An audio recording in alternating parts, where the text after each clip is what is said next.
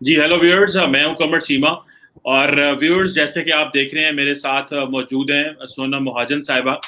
Thank you very much Sonam for your time.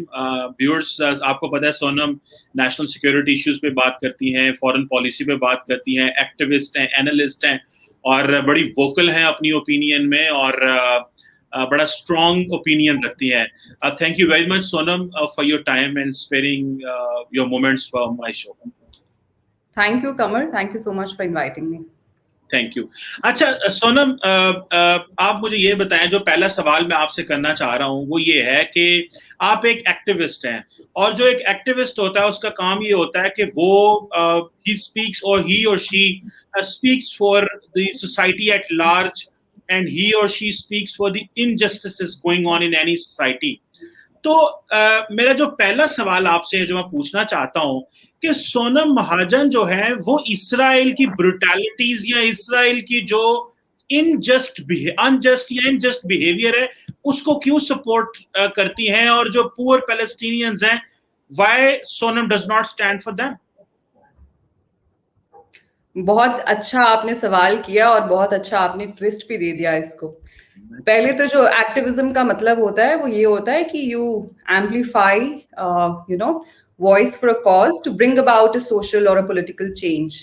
Now having said that, आप मुझे कहीं पे भी दिखा दें जहां पे मैंने इसराइल को सपोर्ट किया हो और पैलेस्टीनियंस को सपोर्ट नहीं किया हो, क्योंकि जो मौजूदा जो अभी कॉन्फ्लिक्ट दोनों मुल्कों के बीच में चल रहा है, इनफैक्ट पैलेस्टाइन तो ऐसे कोई फुल सॉवरेन स्टेट भी नहीं है, बट जो कॉन्फ्लिक्ट चल रहा है वो दो एक तो एक प्रोफेशनल आर्मी के बीच में चल रहा है और दूसरा है एक टेररिस्ट ऑर्गेनाइजेशन के बीच में चल रहा है।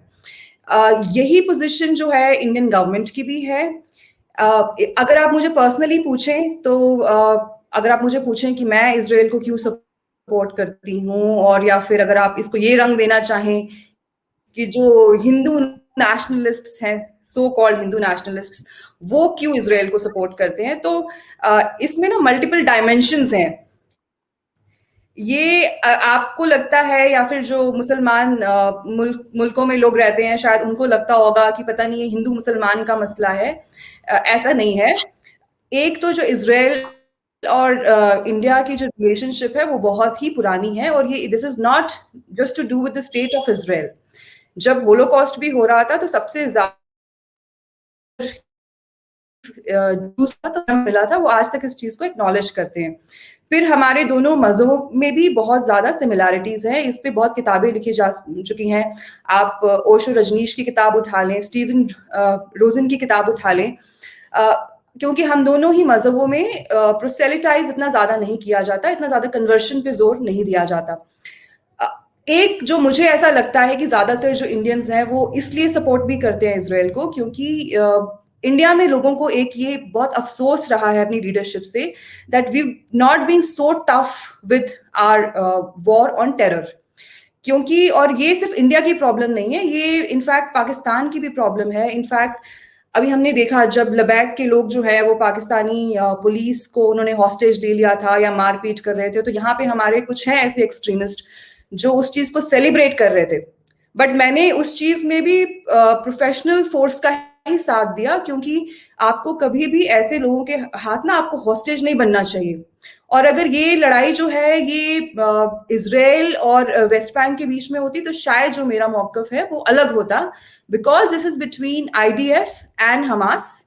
Most people are supporting Israel, and you also have to understand one thing कि जो भी कॉन्फ्लिक्ट शुरू करता है तो जो ज्यादा जो कहते हैं ना ब्लड ऑन द हैंड्स, वो उसके हाथ में होता है, क्योंकि ये कॉन्फ्लिक्ट उस तरफ से शुरू हुआ था। अगर इजराइल और को मतलब कुछ रिलीजियस परसिक्यूशन करना है तो वेस्ट बैंक में भी पैलेस्टीनियंस रहते हैं। और एक बहुत एक झूठ बहुत फैलाया जा रहा है कि गाजा में भी तो क्रिश्चियंस रहते हैं, ज्यूज रहते हैं। ये बिल्कुल झूठ है। गाजा में 99% से ऊपर सुन्नी मुसलमानों की आबादी है और उसमें 0.2% ज्यूज रहते हैं।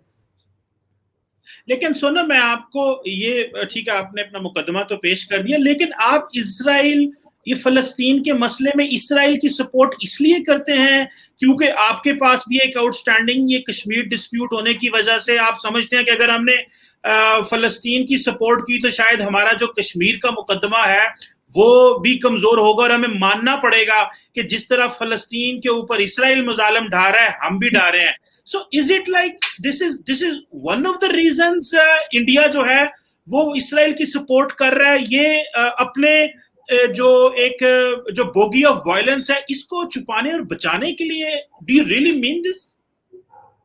Wow, I'm amazed at your analysis. I don't know where did you get that from, because it's actually vice versa. अगर आप इंडियन गवर्नमेंट का मौकफ देखें तो उन्होंने हमेशा कहा है कि we support the just cause of the Palestinians, but at the same time we don't recognize and we won't support Hamas.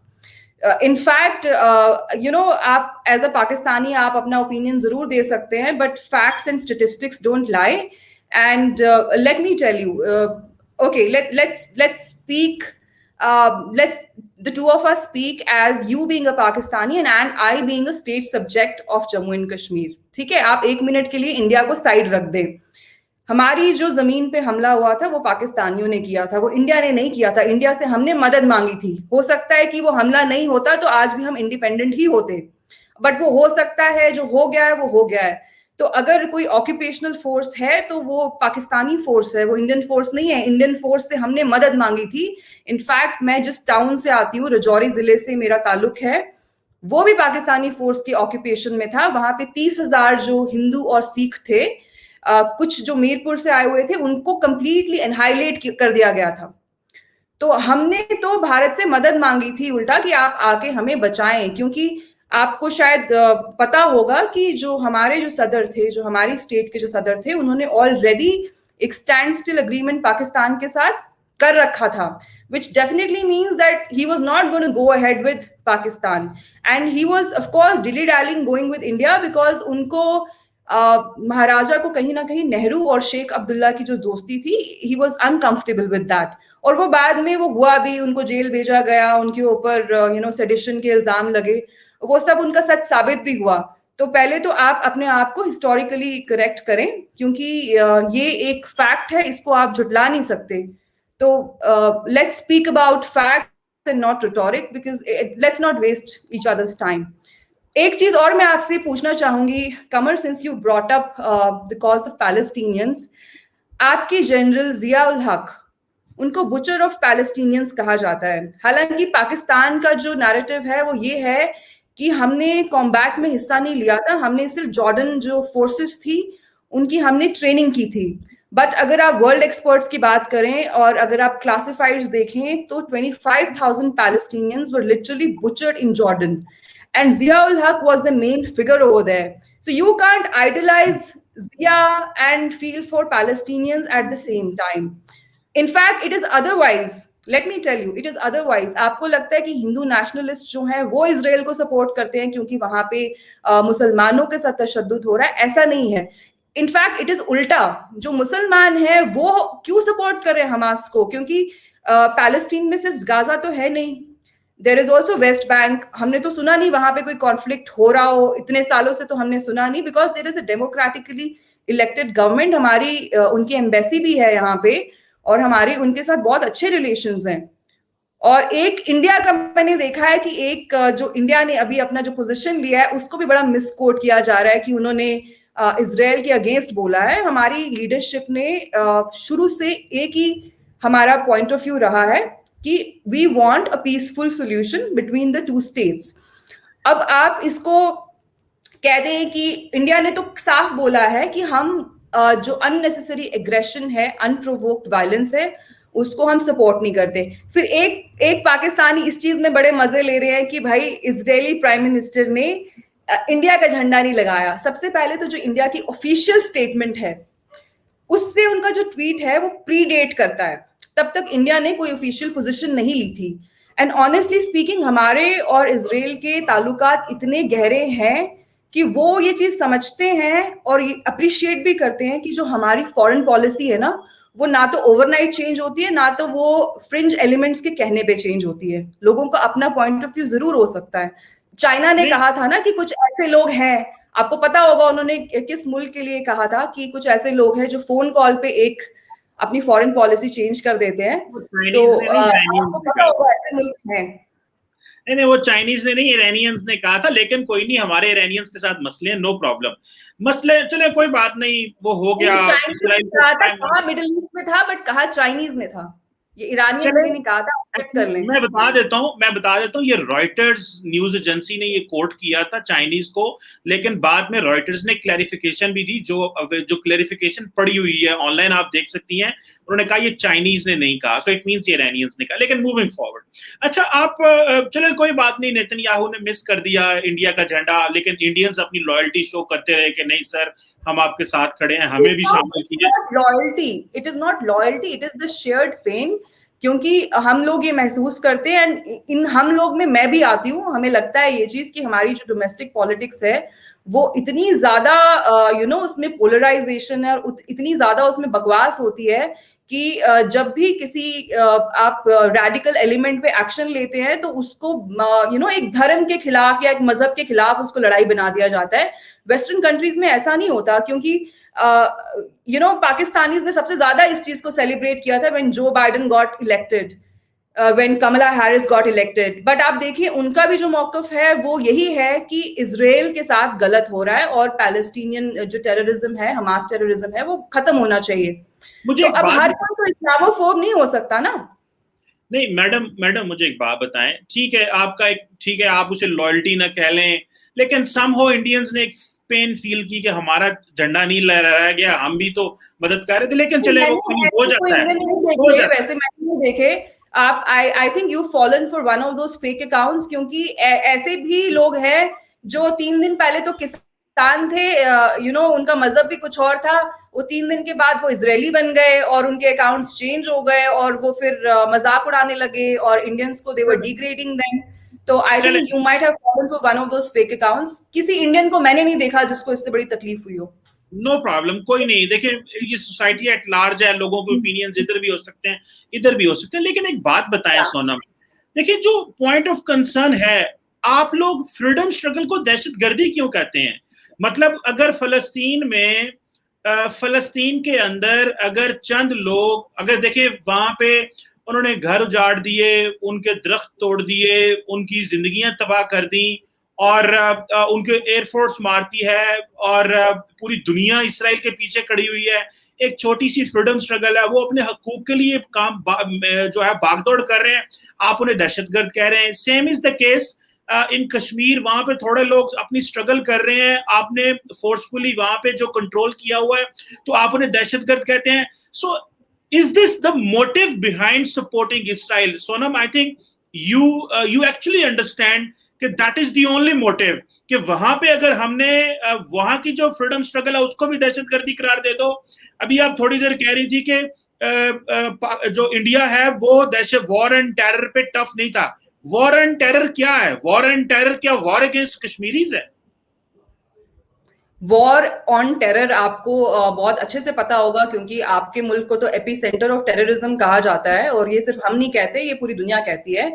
आपको बहुत अच्छे से पता होगा दहशतगर्दी क्या होती है। आप जब भी आप कश्मीर में तो उल्टा है, और आप फिर से आपको समझ में नहीं आ रहा है। In fact India supports the Palestinian cause because we do not believe in forceful occupations. In fact Pakistan का स्टैंड यहाँ पे कॉन्फ्लिक्टिंग है। भाई एक तरफ से आप इसराइल को रिकग्नाइज नहीं करते ना, फिर आप अगर विकीलीक्स को उठा के देख लें, आप कितने सारे क्लासिफाइड्स को उठा के देख लें, आपकी इंटेलिजेंस कॉपरेशन मोसाद के साथ पूरी है। आप प्लीज आज रात को बैठिएगा, पढ़िएगा ऑपरेशन साइक्लोन के बारे में। इसमें 4 एजेंसीज हैं जो इन्वॉल्व थी, MI6, CIA, ISI and Mossad, जो अफगान जिहाद के टाइम पे हुआ है। तो आपकी कॉपरेशन उनके साथ हर जगह है। फिर विकीलीक्स में ये भी एक लीक हुआ था कि जब इंडिया में जब 26/11 हुआ है, उसके पहले ISI के एक रिप्रेजेंटेटिव, अब मुझे ठीक से याद नहीं है कि वो चीफ थे या फिर कोई अदरवाइज कोई ऑफिशियल थे, जो मोसाद के एक ऑफिशियल से मिले थे टर्की में, और उन्होंने कहा था कि ऐसा एक अटैक जो है वो ऑर्केस्ट्रेट हो सकता है और उसमें ज्यूज को निशाना बनाया जा सकता है।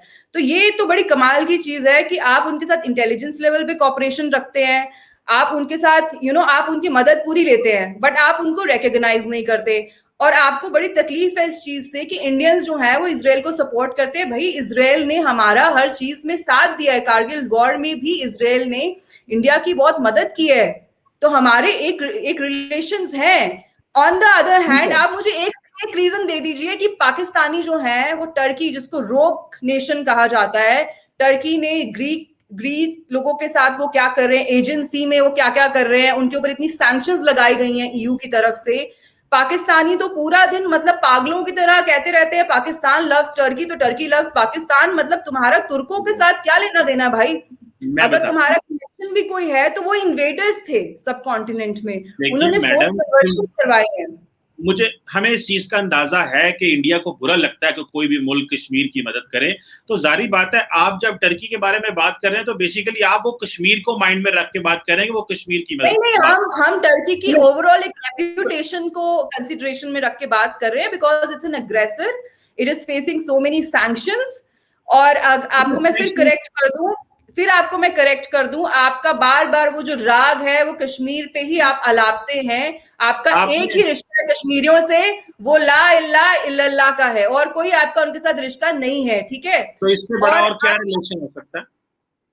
तो अगर आप रिलीजन को यूनिफायर अगर आप कंसिडर करते हैं तो फिर आपको प्रॉब्लम नहीं होनी चाहिए। अगर जो हिंदू कम्युनिटी है वो भी यूनिफाई होके अगर इजराइल को सपोर्ट कर दिए, तो आपको ये क्या है कि हम तो भाई रिलीजन के नाम पे यूनिफाई करेंगे, दूसरे लोगों को आप क्रिटिसाइज करेंगे?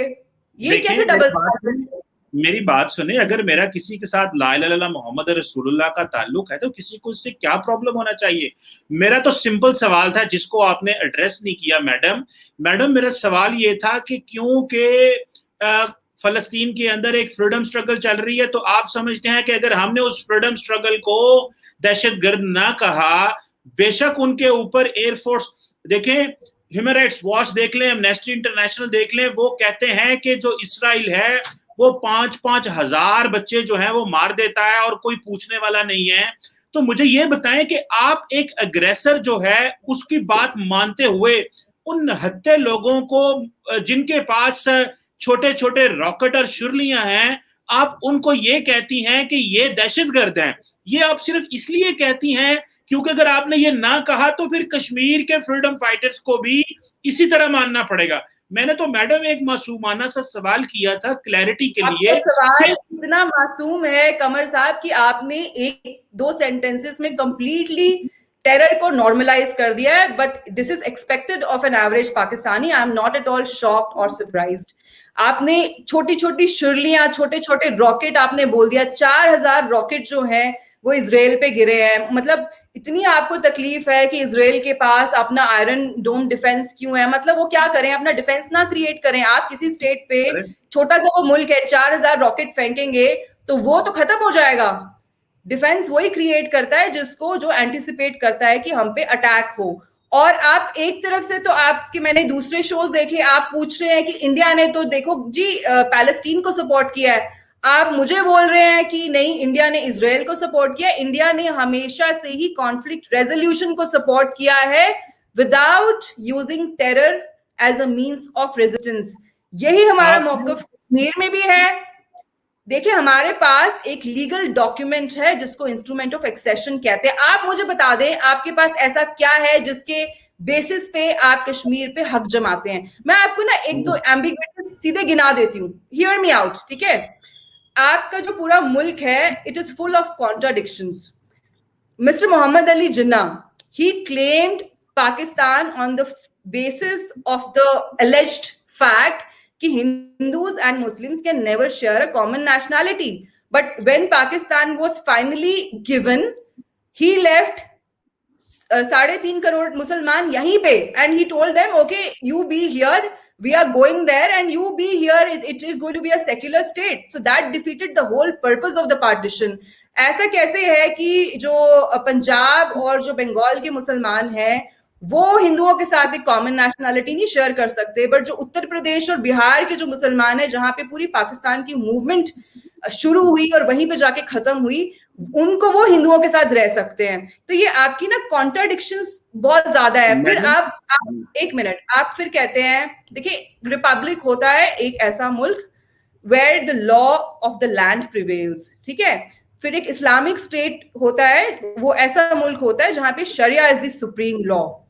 फिर देयर इज डेमोक्रेसी, जिसमें आपको पता है it's a government elected by the people for the people, उसमें पूरा मेजोरिटी का काम चलता है। अब पाकिस्तान का आप नाम ही देख लें, you are the Islamic republic of Pakistan, you are also a republic, you are also an Islamic state, and you also claim to be a democracy. I don't know how does that even work. And Kashmir में मैं आपको ना actually ज्यादा सफाई देना जरूरी नहीं समझती हूँ, मैं आपको सफाई देने बैठूंगी तो सुबह हो जाएगी, क्योंकि आप लोगों के समझ में नहीं आता ना।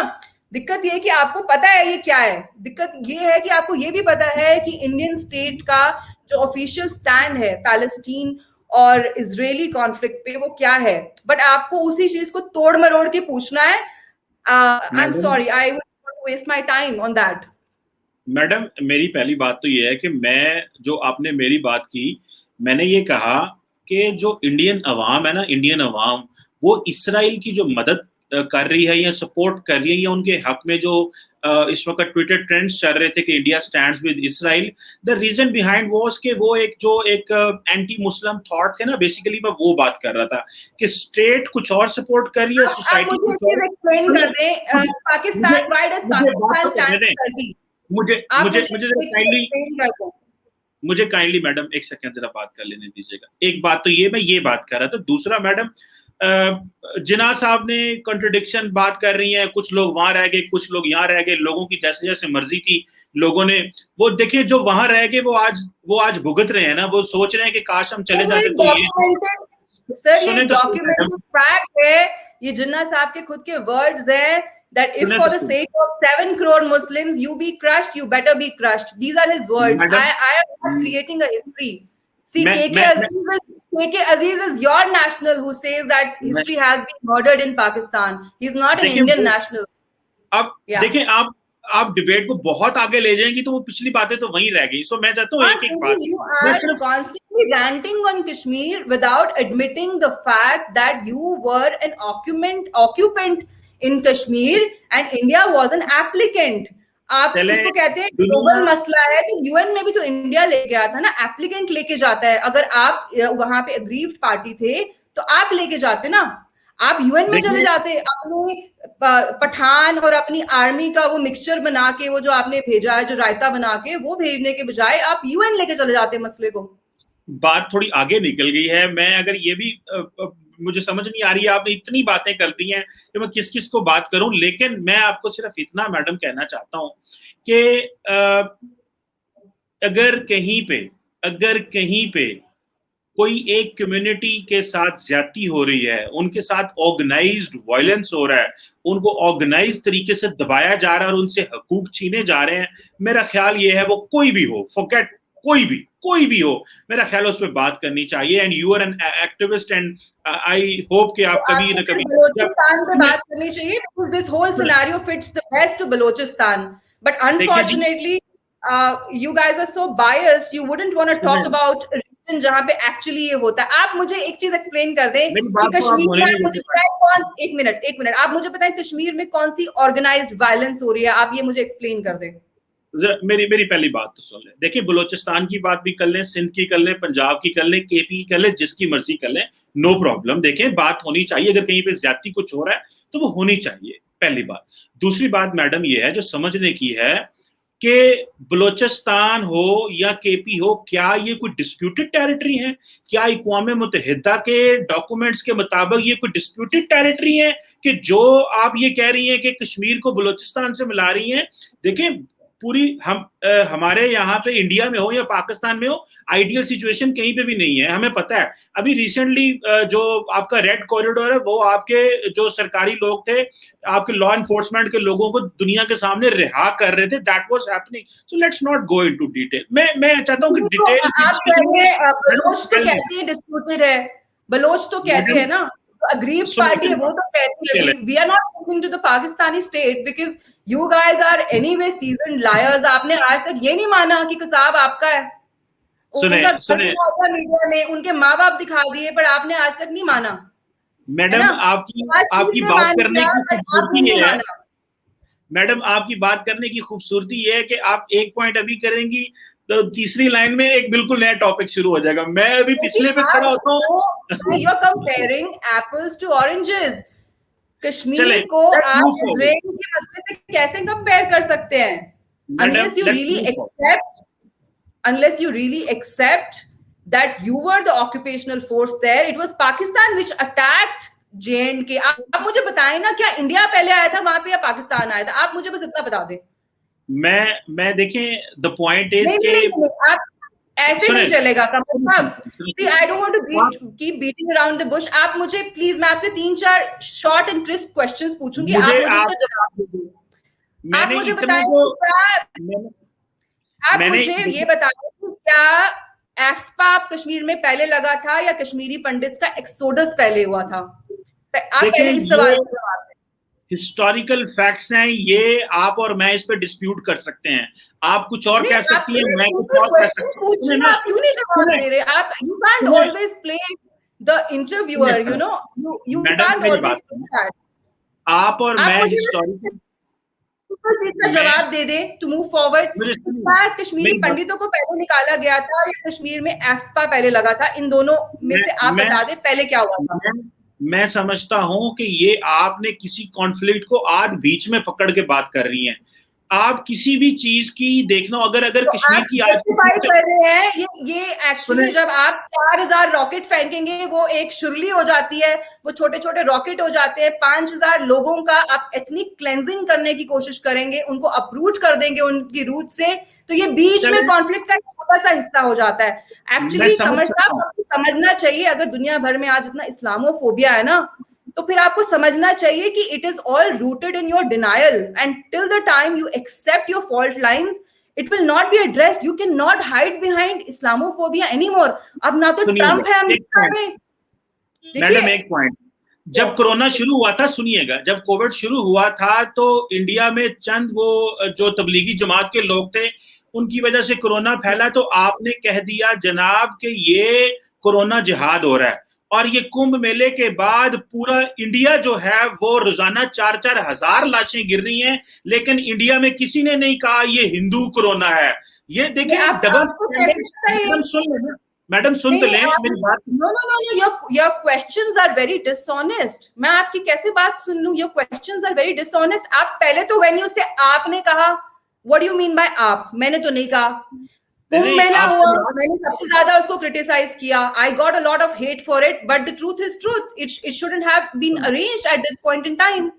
सुनिएगा, एक छोटी सी गुजारिश है मैडम मेरी, मुझे ये बताएं कि अगर चंद उलमा अगर इकट्ठे हो गए और उनकी जगह कोरोना फैला, गलत हुआ, वो भी नहीं होना चाहिए था। मैं किसी की सपोर्ट नहीं कर रहा, लेकिन क्या भारत के अंदर कोरोना जिहाद जैसी नेमिंग एंड शेमिंग मुसलमानों की गई ना, लेकिन कुंभ मेला में जो हुआ वहां पे अगर हिंदू थे या कोई भी स्कूल ऑफ थॉट था, किसी ने कुछ कहा वहां पे? मैडम नहीं कहा, क्योंकि आप एक मेजॉरिटेरियन सुन लेना। इंडिया में रहते हैं, आप क्या इंडिया में रहते हैं? आपको पता है कितना टारगेट किया गया कुंभ को? दुनिया भर में कुंभ में जो पिलग्रिम्स गए उनको सुपर स्प्रेडर्स बुलाया जा रहा है। आप कह रहे क्रिटिसिज्म नहीं हुआ, आपकी आंखें बंद है, तो हम क्या कर सकते हैं उसमें? मेरा पॉइंट मैडम आपने लिया नहीं। मेरा पॉइंट ये है, एक और छोटी सी चीज before I forget it. Tablighi Jamaat को सिर्फ इंडिया ने नहीं कहा था, पाकिस्तान ने भी कहा था, मलेशिया ने भी कहा था that because of these people Covid has come here. आप प्लीज उठ के थोड़ा सा पीछे जाए, आर्टिकल्स निकाल के पढ़ लें। मैडम, कोरोना जिहाद का लफ्ज तो इस्तेमाल किया गया, क्या कोई हिंदू जिहाद या कुछ इस तरह का लफ्ज हिंदुओं के बारे में इस्तेमाल? मेरी बात सुन लेना, मेरा पॉइंट सुन लेना, मेरी अर्ज सुन लें। देखें, मैं आपको जब भी आप बोलती है मैं खामोश हो जाता हूं, because you are a guest and you have every right to speak first. लेकिन मैं अगर मैं कोई पॉइंट दे रहा हूं तो then I think you must listen that as well, कि मैं सिर्फ एक हकीकत बयान कर रहा हूं। जो तबलीगी जमात वालों ने किया, गलत किया, क्योंकि मैं समझता हूं कि जो उस वक्त भारत सरकार की गाइडलाइंस थी उनके मुताबिक हर किसी को चलना चाहिए, जो भी गाइडलाइंस वहां की सरकार ने दी। और सरकार सबसे सुप्रीम है, किसी मजहब ग्रोह हर चीज से सुप्रीम है लेकिन मुसलमानों की नेमिंग एंड शेमिंग की गई ना। आप बार बार इस्लामोफोबिया की बात करते हैं। इस्लामोफोबिया क्या होता है? इस्लामोफोबिया यही होता है ना कि अगर तबलीगी जमात वाले निकल आए तो उन लोगों को नेम एंड शेम किया गया और हिंदुओं के नाम से लेके तो कुछ नहीं कहा गया, मैं किसी मजहब का नाम नहीं लेना चाहता, लेकिन उनकी नेम एंड शेम नहीं की गई। ये आपने वही हिसाब किया है जिस तरह अमेरिका वाले को कोई बंदा, वो जो व्हाइट शूटर होता है, बंदे मार देता है, उसे व्हाइट शूटर कहा जाता है, उसे ये नहीं कहा जाता कि दहशतगर्दी है। आप लोग अगर मुसलमान करें तो ये कोरोना जिहाद है, अगर कोई हिंदुओं से या किसी और से हो जाए तो वो देखें ये तो सुपर स्प्रेडर जैसे न्यूट्रल वर्ड्स इस्तेमाल किए जाते हैं। सो ये Madam, I'm really running out of patience because this conversation is definitely not passing the common sense test for me. First of all, you're not able to accept the ground realities. Enough has been said about the Kumbh Mela. Enough shaming has been done, and I have no objection to it because our government was wrong there. I have absolutely no objection to it. For me, a super spreader is a super spreader. Whether it is a Hindu or a Muslim, I don't really care. Tablighi Jamaat का लोगों ने, मैं सच बोल रही हूँ, ये हुआ है, लोगों ने किया है, इसको बुलाया होगा, कोरोना जिहाद भी बुलाया होगा, और वो गलत है। बट आप प्लीज दूसरी साइड भी थोड़ा सा देखें। ऐसे भी बहुत सारे मुसलमान थे जिन्होंने वीडियोस बनाई और बोला ये काफिरों पे अल्लाह का अजाब आया है। आप वो साइड भी देखें। आपको बड़ी तकलीफ है कि मैं इस्लामोफोबिया की बात कर रही हूँ। आप मुझे एक चीज बताएं, जो गोल्डन शूटर था, जो कोलोराडो में शूटिंग हुई है recently, that guy complained of Islamophobia all his life. All of his Facebook timeline was full of rants on Islamophobia. उसने क्या किया? एक दिन बंदूक उठाई, इतने लोग मार दिए। पहले उसमें भी व्हाइट सुप्रीमेसिस्ट्स पे नाम आया, बाद में पता चला कि भाई साहब तो सीरिया से आए हुए रिफ्यूजी थे। तो आप मुझे बताएं, ये शैम जो है इस्लामोफोबिया का, इसके पीछे कब तक छुपते रहेंगे? चलो ट्रम्प बहुत बुरा है, नरेंद्र मोदी हिंदू नेशनलिस्ट है, क्या इमानुअल मैक्रोन भी क्रिश्चियन नेशनलिस्ट है? क्या जो बाइडेन भी क्रिश्चियन नेशनलिस्ट है? या कमला हैरिस भी इस्लामोफोब है? अगर आपको हर दुनिया में, हर मुल्क में people are only fearing Muslims, it's time Muslims really introspect that. You can't hide behind that anymore. They will do whatever necessary is to be done, और जिससे तमाम मुआशरे जो है महफूज रहे। I can only speak for myself. I have not called it Corona Jihad. So why should I answer you on the behalf of someone who's done it? आप उसको बुला के पूछ लें। मैं क्यों किसी फ्रिंज एलिमेंट के बिहाफ पे जवाब दूं? मैंने नहीं बोला कोरोना जिहाद, मैंने कभी ऐसा वर्ड्स का इस्तेमाल नहीं किया। मैंने I condemned the Kumbh Mela also. I said it categorically कि नहीं होना चाहिए था। क्यों किया इस समय? अच्छा, चले मैं इस पॉइंट को थोड़ा आगे लेके चलता हूँ ताकि इस को थोड़ा मैं टर्न कर सकूं। अच्छा, ये बताएं कि ये you are strong advocate of your state's policies, अक्सर सुनते रहते हैं, और आपकी बड़ी टफ लाइन है। ये जो रिसेंट पाकिस्तान और भारत के दरमियान जो रिसेंट डेवलपमेंट्स हुई थी, जिसमें DGMO लेवल टॉक्स हुई, ये कहा जा रहा था इंटेलिजेंस लीडरशिप बातें कर रही है, do you find really hope at the end of the tunnel, और do you believe that this is same rhetoric और वही चलेगा और कुछ होने वाला नहीं है, और डू यू बिलीव के the civilians are silent but the intelligence leadership on both the sides they are talking? So let the civilians only celebrate when the intelligence leaderships on both the sides, both the countries, they reach to the conclusions. Do you find this situation which is developing, this is very positive and this has never happened in the past? एक नया trend हमारे सामने आ रहा है जिसको भारत की सरकार भी सपोर्ट कर रही है, और इससे पहले कि अवाम जो है वो किसी किस्म की मुलाकातें देखे और शोर मचाए, जो बाकी लोग हैं वो बिहाइंड द कर्टन बैठ के कोई बड़े फैसले कर लें, and so that at the end of the day both the countries find benefit out of that. देखिए, पहले तो जो टॉक्स दोनों मुल्कों के बीच में जो डीरेल हुए थे या जो खत्म हुए थे, वो पाकिस्तान की तरफ से हुए थे। इंडिया ने ना तो ट्रेड बंद किया था, ना तो टॉक्स बंद किए थे। ये पाकिस्तान का मौकफ था कि जब तक आप जो एब्रोगेशन ऑफ 370 एंड 35A है, इसको आप अंडू नहीं करेंगे, हम आपसे बात नहीं करेंगे। ये पाकिस्तान का की लाइन थी, ऑफिशियल लाइन थी। फिर हमने रिसेंटली सुना कि आपके जो आर्मी चीफ है mister Bajwa, he is saying that let's put everything behind and move on, because national security does not only mean securing your borders and securing your or strengthening your armed forces. It is much beyond that. So of course that was a paradigm shift, and it was welcomed in India also, because this is something we have realized long ago. you've arrived late, but को कहते हैं ना, देर आए दुरुस्त आए, कोई बात नहीं. बट दिक्कत की बात ये है that you guys have a serious problem that your leadership and your political leadership and your military leadership, they're hardly on the same page. On the other hand, in India, we've never seen a military coup. हमारे यहाँ पे जो political leadership कहती है वही armed forces करती हैं, वो अपने डिसीजंस खुद नहीं लेते हैं, जो दिल्ली कहता है वही होता है. आपके वहां पे वो चीज नहीं होती.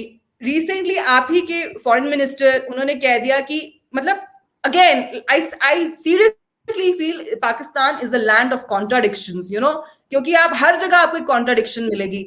आपके फॉरेन अफेयर्स मिनिस्टर जो है शाह महमूद कुरैशी, वो कहते हैं कि ये तो इंडिया का इंटरनल मैटर है, उसका इंटरनली भी काफी क्रिटिसिज्म हो रहा है. In fact the matter is in supreme court. This is what he says on an interview on record. ठीक है, पहले तो आप ये चीज बताएं कि अगर आप ये चीज समझते ही थे तो आपने हमसे ट्रेड ही क्यों बंद किया? इसी के बेसिस पे आप खुद ही कहते हैं कि इंडिया का इंटरनल मैटर है, इससे हमको फर्क नहीं पड़ता. फिर दूसरी चीज ये, आपने हमेशा ये मेंटेन किया है कि हम तो 370 को मानते ही नहीं. Then when you don't really feel that it exists or it's of no significance to you, then how does it matter to you whether it stays or it doesn't stay? It should not matter to you at all. So there are too many contradictions. Then your prime minister, as the commerce minister, he said, okay, we'll do trade with India. हम India के साथ cotton और sugar का trade शुरू कर देते हैं. 2 दिन के बाद वो he could not gather the support and उन्होंने कह दिया जी हम नहीं करेंगे. तो इंडिया तो इस पूरे जो सर्कस है ना, उसमें पार्टी ही नहीं है, क्योंकि हम तो यही चाहते हैं कि हमारे नेबर्स हैं उनके साथ हमारे अच्छे रिलेशंस ही हों. आप देख लीजिए चाइना के साथ हमारे कितने भी इख्तिलाफात हो, हमारे बॉर्डर पे कुछ भी हो रहा हो, हमने उनके साथ ट्रेड नहीं बंद किया है, क्योंकि इकोनॉमी ऐसे हॉकिशनेस से नहीं चलती. इकोनॉमी जब आपको चलानी होती है तो आपको बहुत सोच समझ के, बहुत जी शऊर किस्म के लोग होते हैं जो इन सब चीजों को हैंडल करते हैं. वहां पे कोई गधे नहीं बिठाए होते हमने. पाकिस्तान के आप अपनी, एक्चुअली मैं क्या बोलूं, मतलब मैं हंसू या रो, मुझे ये नहीं समझ में आ रहा. आपके एक MNA, I think his name is Syed Ahmed Shah, he is from PMLN. वो तो कोई PTI के भी नहीं है. वो असेंबली में बोलते हैं कि सैमुअल पैटी का जिसने कत्ल किया है, हमें तो उसको हाईएस्ट सिविलियन अवार्ड देना चाहिए. कोई बात नहीं जी, आप फ्रांस के साथ डिप्लोमेटिक रिलेशंस खत्म कर दो, हम अपना सब कुछ बेच बांट के फ्रांस का लोन दे देंगे. मतलब ये किस किस्म की बातें हैं? आप क्या इन लोगों को समझ में भी आता है that they are elected representatives? मतलब हमारे यहाँ कोई ऐसी बात करेगा ना तो थप्पड़ खाएगा वो वहीं पे. कोई इस तरह की बातें करता भी नहीं है. फिर आपने इतनी बड़ी बड़ी बातें करी, उसके बाद आपने क्या कर लिया फ्रांस का? फ्रांस ने जिस दिन EU ने रेजोल्यूशन लाया, वो जो GSP+ स्टेटस आपको मिला हुआ है, जो जनरलाइज स्कीम ऑफ प्रेफरेंसेस का, पाकिस्तान में उसके लिए शोर मच गया. तो इसीलिए जब आप बोलते हैं ना, उसको पहले तोल लेना चाहिए, क्योंकि हर चीज के रेपरकशंस होते हैं. जब आप पाकिस्तान की दिक्कत ये है कि हर एक हाथ को नहीं पता कि दूसरा हाथ क्या कर रहा है. You guys need to consolidate, you need to come to a consensus, then you should approach India. We are a third party for you. You first should have a consensus within yourself. हम क्या कर लेंगे? हमने आपके साथ तब भी trade नहीं खत्म किया. इनफैक्ट इंडिया ने आपको MFN दे रखा था, पाकिस्तान ने तो नहीं हमें MFN दिया, इंडिया ने दे रखा था ना. Despite all the pending issues between the two countries, we had given Pakistan the status of most favored nation. What did Pakistan do? ये बात ट्रेड आपने बंद किया, फिर आप ही ने बोला हम ट्रेड शुरू भी करेंगे, फिर आप ही ने बोला let's leave all the issues behind. तो इशू क्या है हमारे बीच में? कश्मीर का ही इशू है ना. जब आप when you are saying let's leave all the issues behind, you are definitely saying let's keep Kashmir behind and move on and then we'll address it later. That's what my understanding is. But in a few days you say that नहीं. अब शाह महमूद कुरैशी ने एक दिन बोला कि ये उनका internal matter है, उसके बाद 2 दिन बाद इमरान खान साहब कहते हैं that nothing to do with Kashmir can be India's internal matter. So this is a great U-turn. So you should speak to the master of U-turn, Mr. Imran Khan, rather than India, because we are not a stakeholder here. For us, honestly speaking, even if we do trade with you, our only interest will be the financial interest and the monetary interest. We don't really give a damn about what you think of us and what you don't think of us. हम कोई rhetoric या emotions पे चलने वाले मुल्क नहीं है. चले We ये तो for our country. चले ये तो एक आपकी असेसमेंट है जो आपने दी है, लेकिन मैं चाह रहा था कोई स्ट्रेटेजिक लेवल की बात हो, लेकिन you spoke of very technical level. अच्छा, लेकिन आप लैंड ऑफ कॉन्ट्रडिक्शन की बात करते हैं, आप इसमें भी बड़ा जाया जा सकता है, बट एक सेकेंड, आपने कहा अगर स्ट्रेटेजिक लेवल की बात हो ना, तो जो मुझे सोल्यूशन समझ में आता है वो ये समझ में आता है, जो मेरी पर्सनल अंडरस्टैंडिंग अगर आप पूछें कि मुझे कैसे लगता है कि हमारा मसला सॉल्व हो सकता है, मुझे ये लगता है कि ये तभी सॉल्व हो सकता है when there is academic inquiry, we sit, we speak about the issues pending between us. ये मेरी पर्सनल अंडरस्टैंडिंग है कि हम कभी भी मूव फॉरवर्ड नहीं कर सकते जब तक कश्मीर का जो मसला है वो हमारे बीच में रिजॉल्व नहीं होता. ये मुझे लगता है. वो क्यों? क्योंकि आपने पाला हुआ है एक हाथी, आपने उसको इन्फ्लेट किया है ओवर डेकेड्स. आपने Kashmir is a jugular vein and you know क्या क्या कहानियां आपने बना के अपनी आवाम को बताई है. तो अब अगर आपको उस हाथी को, एक सेकेंड, अगर आपको उस हाथी को डिफ्लेट करना है ना, वो आप ओवरनाइट नहीं कर सकते. हमें बड़ी अच्छी से समझ में आती है ये चीज कि इमरान साहब ने जो यू टर्न लिया वो बिकॉज ऑफ पॉलिटिकल बैकलैश लिया. एक और मुझे लगता है जो जिसकी बहुत जरूरत है इंडिया और पाकिस्तान दोनों को, कि हमारे जो देशों की जो ऑपोजिशन होती है ना, it opposes for the heck of it. It doesn't happen anywhere else. Honestly speaking, even the PMLN guys should think कि हमारे पास देखो कोई चारा नहीं है अब, और हम क्या कर सकते हैं. We fought Wars. इनफैक्ट ये मैं नहीं कह रही, आप ही का एक कंजर्वेटिव पेपर है नवाए वक्त, उसमें आपके ही एक एक्स आर्मी मैन है जिन्होंने खुद ये आर्टिकल लिखा है, आई थिंक ये 2013 की बात है, where he's saying that we have fought wars with India and nothing has come out of it. So what is the other way? In fact, Kargil war के बाद भी Mr. Musharraf did come to India ना, क्योंकि eventually everybody acknowledges it and understands it that there is no other way to resolve a conflict between two nuclear powers other than dialogue. There is no other way at all. This is something, the sooner you understand it, the better it is for both of us. Kyunki we really want to move on with our lives and we don't want to be stuck in that medieval mindset where we want the world to run as per our whims and fancies. I mean, पाकिस्तानियों को पता नहीं क्या दिक्कत है कि ठीक है यार, आपके प्रॉफिट हैं, आप उनकी बहुत इज्जत करते हैं, हम इंडिया में भी बहुत करते हैं क्योंकि हमारे यहाँ बहुत बड़ी मुसलमानों की आबादी है. But honestly speaking, if somebody in France ends up saying something critical of Lord Ram, you know, all I can do is be angry in my head and move on.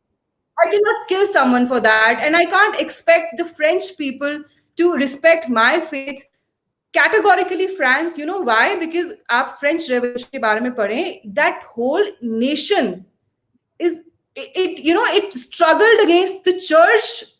आप देखिए, उन्होंने मतलब कैथोलिक चर्चेस के against जाके उन्होंने priest, कितने सारे priest मार दिए, कितने सारे डिस्प्लेस हो गए. वो पूरी जो कंट्री है, it is based on liberalism. How do you expect France to basically appreciate Islamic mythology? वो क्यों करें भाई? वो उनका ना तो उनका मजहब है, ना तो उनका कोई आपके साथ सेंटिमेंटल वैल्यू अटैच्ड है. वो अपने धर्म को ही नहीं मानते ना.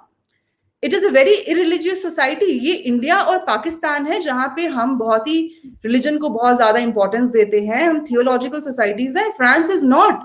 सो we need to come out of that medieval mindset कि we can't expect कि यार somebody in Europe should appreciate what I also appreciate. He doesn't give a damn about it and I can't do anything about it. और हम ये चीजें तब कर सकते हैं कमर, जब हम अपने आप में बहुत सशक्त हों. ठीक है, इंडियंस कितना भी बोल लें we are an emerging super power and फलाना ढिकाना, बट कोरोना का भी पैंडेमिक आया ना, we saw where we stand and we understood that where our priorities should be. We understood what is that we really need to focus on. तो बातें करना बड़ा आसान होता है. आप फ्रांस को तब बोले कि फ्रांस हमारी बात मानो, जब आपको पता है कि फ्रांस आपका कुछ नहीं उखाड़ सकता, तब आप फ्रांस को जरूर बोले. अरब्स जो है वो डिक्टेट कर पाते हैं चीजें क्योंकि उनके पास पैसा है. आपके पास क्या है ऐसा कि आपने फिर जब उन्होंने सैंक्शंस लगाने की बारी की तो फिर क्या हुआ? आपकी लीडरशिप एकदम दे ऑल चिकन्ड आउट. सबसे ज्यादा जो शिरीन मजारी और ये शेख किस्म के जो लोग हैं यही बातें करते हैं, सबसे बड़े हॉक्स यही हैं, और सबसे ज्यादा क्रिटिसाइज भी यही करने आ जाते हैं कि आप कैसे कर सकते हैं। ये कॉमन सेंस की बात है। आपकी बात से मैं एग्री करता हूँ कि आपकी बातों से मैं ये जो आपने आखिर में कुछ बातें की हैं मैं इससे एग्री करता हूँ कि हमें इस मिडीवियल माइंडसेट से निकल के बहुत आगे की चीजें सोचनी है। जितनी हमारी पॉपुलेशन बढ़ रही है, हमारे मसाइल और तरह के बढ़ रहे हैं, हमें थोड़ा आगे जाके सोचना होगा और हमें ये हॉक्स जो है उनसे, इनके साए से बाहर निकलना होगा ताकि हम आगे की तरफ सोच सकें। और मैं इससे ज्यादा आपसे बिल्कुल एग्री नहीं करता। Did the Indian government echo the sentiment of the majority of Indians? No. We understand, the Indian government understands that diplomacy and foreign policy is put in place to achieve very, very complex international agendas. You know, you cannot let your domestic politics interfere with it. And एक कोई गली में कोई गुंडा खड़ा होके बोलेगा ना, जैसे आपके यहाँ लबैक वाले लोगों ने बोला ना कि जो इनके सफीर को निकालें तो ये करें वो करें, हम अपना बेच के सब कुछ कर देंगे, उनको बोलो आओ, ये जो उन्होंने जीएसपी प्लस का जो हमारा वो स्टेटस रिमूव करने वाले हैं उसमें हमें बिलियंस का नुकसान होगा, जो हमें ड्यूटी फ्री था, अब आओ आप ये नुकसान भरो। आप फिर देखो वो क्या बोलते हैं। दिक्कत ये है कि जब आपके ये एमएनए बोल रहे हैं तो वो प्रॉब्लम है। फ्रिंज एलिमेंट्स कुछ भी बोले, it doesn't matter, but your elected reps should not be saying it, because you know the world listens to them. True, I agree in चीजों में कि elected people should be more careful in talking and giving statement because the world listens them and they make opinions about it. But I agree with you on this and I think हमारी discussion काफी लंबी होगी and it's always interesting और time का पता नहीं चलता. Whenever talking, कभी-कभी discussion बड़ी heated हो जाती है और कभी-कभी we agree on so many things. It's always pleasure talking with you madam, बड़ा मजा आया और बड़ी गप लगी, बल्कि कुछ सवाल मैंने और पूछने थे लेकिन बिकॉज थोड़ी डिस्कशन लंबी हो गई तो so I am concluding it and wants to thank you for your excellent opinion और आपका जो पर्सपेक्टिव है। we agree or we don't agree, but we agree on this, but that we need to talk and we need to move on. That is what is important, and I think this is what you have said in your talk. We really need a strong academic discourse for reaching certain important points which can lead both the nations, जो दोनों ममालिक को एक अच्छी राह दे सकें. So thank you very much, Sonam Mahajan Sahiba, for your opinion and for your analysis. Thank you.